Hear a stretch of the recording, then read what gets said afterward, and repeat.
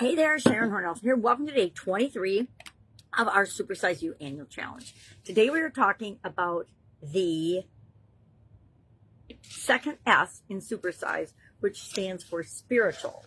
My handy beginning to be developed graphic.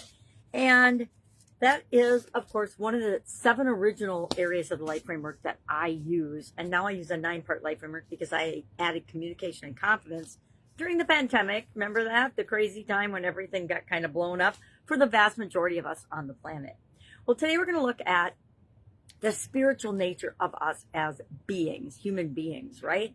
And how that impacts how we show up in the world, who we identify, how we identify who we want to be, who we think we are versus who we really want to be, and the difference there. And so today I'm going to keep it super duper simple. We're having a very cold spell today. They've already canceled school for my granddaughters.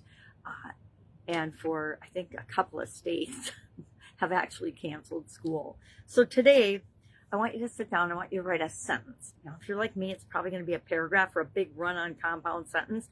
But a sentence about your spiritual essence, who you are as a spiritual being. And maybe that's a connection to Source, God, some kind of religious beliefs or religion, or maybe not. Whatever it is for you, write a paragraph about that. You're not going to share it, just write a paragraph. And if you can boil that down into one sentence, I would love to have you share the one sentence that captures your spiritual health and well-being, your spiritual essence.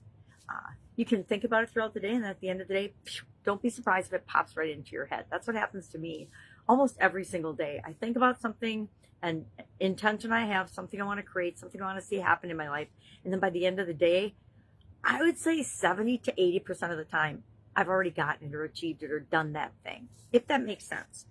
And I think that has everything to do with energy, everything to do with our connection to a higher power, whatever you believe that to be for you. And that's why we look at this area and aspect of our life. I will admit that back in the day prior to my sudden cardiac arrest, I didn't think about my spirituality. I didn't think about my physical health and well-being. I didn't think about my mental health and well-being. I certainly didn't think about my emotional health and well-being, and a couple other areas as well. And that is why my life imploded. And I think all of our lives ebb and flow. And I will hope that nobody's life takes the exact same journey as mine. But I will say that was the culmination of who I was banging into who I really wanted to be. And it wasn't until I woke up from the coma and started working on and understanding what the hell had happened to me and going down a path that felt right for me, that everything in my life started to change.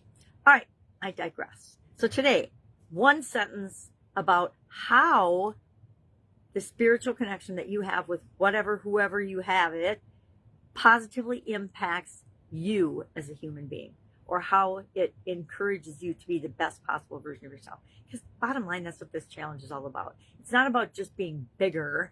It's about showing up as who you really are. All right, any questions? Hit me up and ask. Otherwise, go out, make it a fantastic day, and I'll, of course, be with you tomorrow.